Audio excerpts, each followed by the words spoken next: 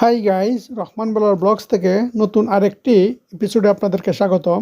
আজকে আমি কাতারের আল শাহানিয়া শহর অর্থাৎ উটের শহর দেখিয়েছি, বাট আজকে আল শাহানিয়া কীভাবে যেতে হয়, সুন্দর প্রাকৃতিক দৃশ্য এবং সৌন্দর্য তুলে ধরবো। আশা করি শেষ পর্যন্ত পাশে থাকবেন, এই প্রত্যাশা নিয়ে শুরু করলাম আজকের এই নতুন এপিসোড।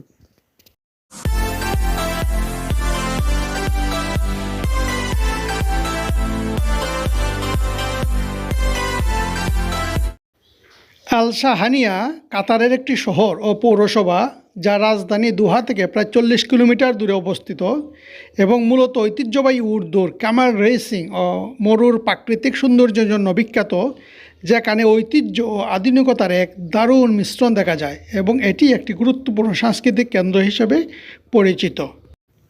আল শাহানিয়ার গুরুত্বপূর্ণ প্রধান বৈশিষ্ট্য উট দৌড়। আল শাহানিয়ার উট দৌড় ট্রেকটি মধ্যপ্রাচ্যের অন্যতম বৃহৎ এবং এখানে নিয়মিত জাতীয় ও আন্তর্জাতিক প্রতিযোগিতা অনুষ্ঠিত হয়, যা কাতারের সংস্কৃতির একটি গুরুত্বপূর্ণ অংশ।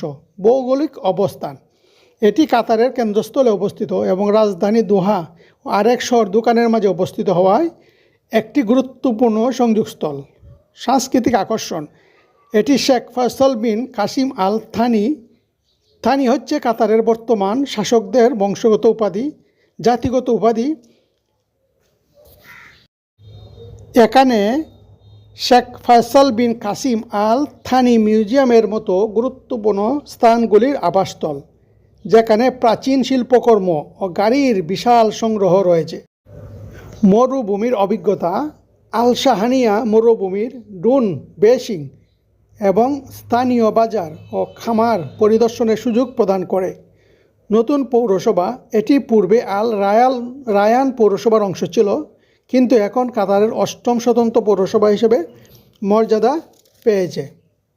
এর ইতিহাস 20 শতকের শুরুর দিকে বেদুইনদের ক্যাম্পিং গ্রাউন্ড হিসেবে থাকলেও বর্তমানে এটি একটি সুপরিকল্পিত উন্নয়ন প্রাপ্ত এলাকা, যা কাতারের সংস্কৃতি এবং পরিবেশগত উন্নয়নে ভূমিকা রয়েছে।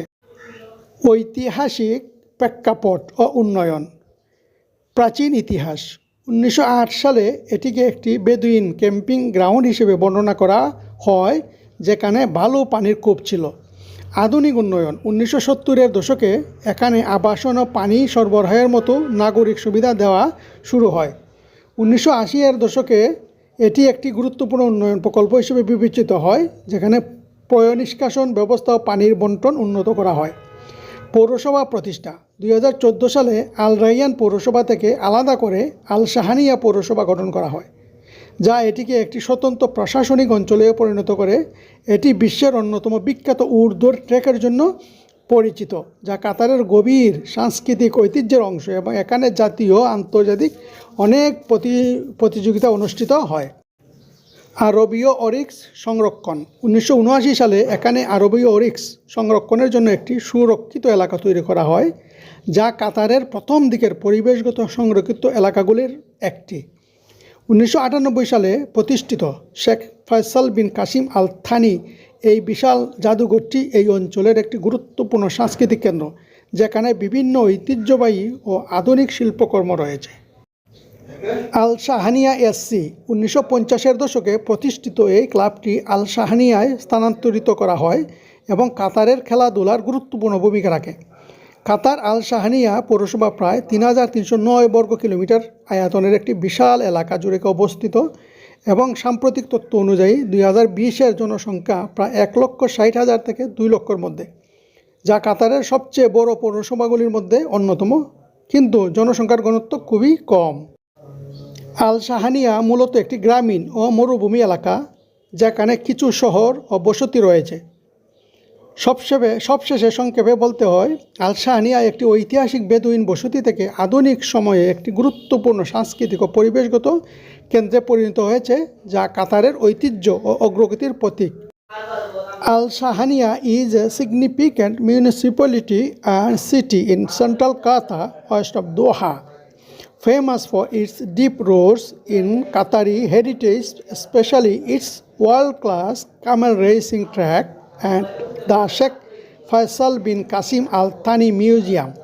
It blends desert landscape with growing modern facilities, serving as a cultural hub for traditional sports, museums, and desert experiences like safaris. ভিডিওটি ভালো লাগে থাকলে লাইক, শেয়ার, কমেন্টস করে পাশে থাকবেন। ইনশাল্লাহ আমি আপনাদেরকে আরও তথ্যপূর্ণ ভিডিও উপহার দেওয়ার চেষ্টা করব, যা আপনার জ্ঞান ভাণ্ডারকে সমৃদ্ধ করবে। খুদা হাফেজ।